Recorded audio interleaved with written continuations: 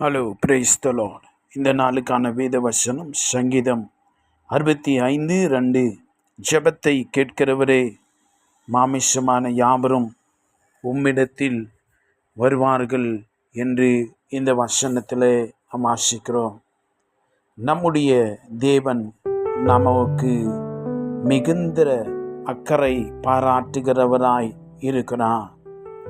Our God is a ever attentive Father.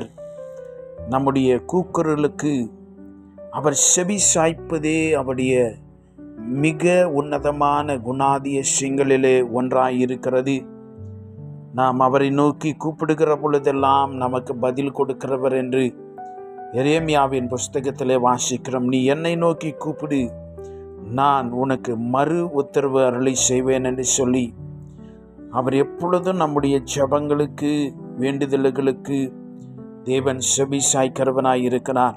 சங்கீதம் 34:15 வாசிக்கிற பொழுது, கர்த்தருடைய கண்கள் நீதிமான்கள் மேல் நோக்கமாயிருக்கிறது, அவருடைய செவிகள் அவர்கள் கூப்பிடுதலுக்கு திறந்திருக்கிறது என்று சொல்லி உடைய ஜெப விண்ணப்பங்கள் உடைய வாஞ்சைகளை நிறைவேற்ற தேவன் வல்லவராயிருக்கிறார். நாம் தேவனிடத்தில் மிகுந்த நம்பிக்கையுடனே வரலாம், தைரியத்துடனே வரலாம்.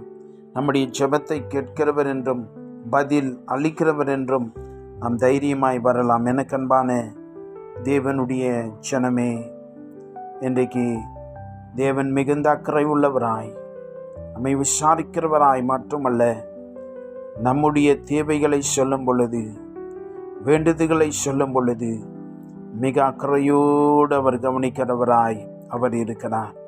ஜெபத்தை கேட்கிற தேவன், உன்னுடைய வேண்டுதல்களை கேட்கிற தேவன், அவர் நமக்கு கேட்டு பதில் கொடுக்கிறவராய் இருக்கிறார். ஆமென். நாம் ஜெபிக்கலாம்.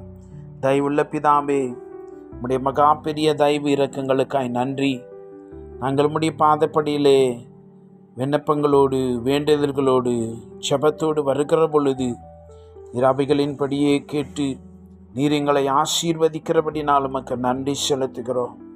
நீர் பரம தகப்பன், எங்களுடைய கூக்குரலை கேட்கிறீர், எங்களை விடுதலை ஆக்குகிறீர், ரட்சிக்கிறீர். மகா பெரிய அன்புக்காய் தயவுக்காய் நன்றி தகப்பனே. உமக்கு துதி ஸ்தோத்திரங்களை ஏறெடுக்கிறோம். இயேசுவின் நாமத்தில் ஜெபிக்கிறோம் பிதாவே. ஆமென். God bless you.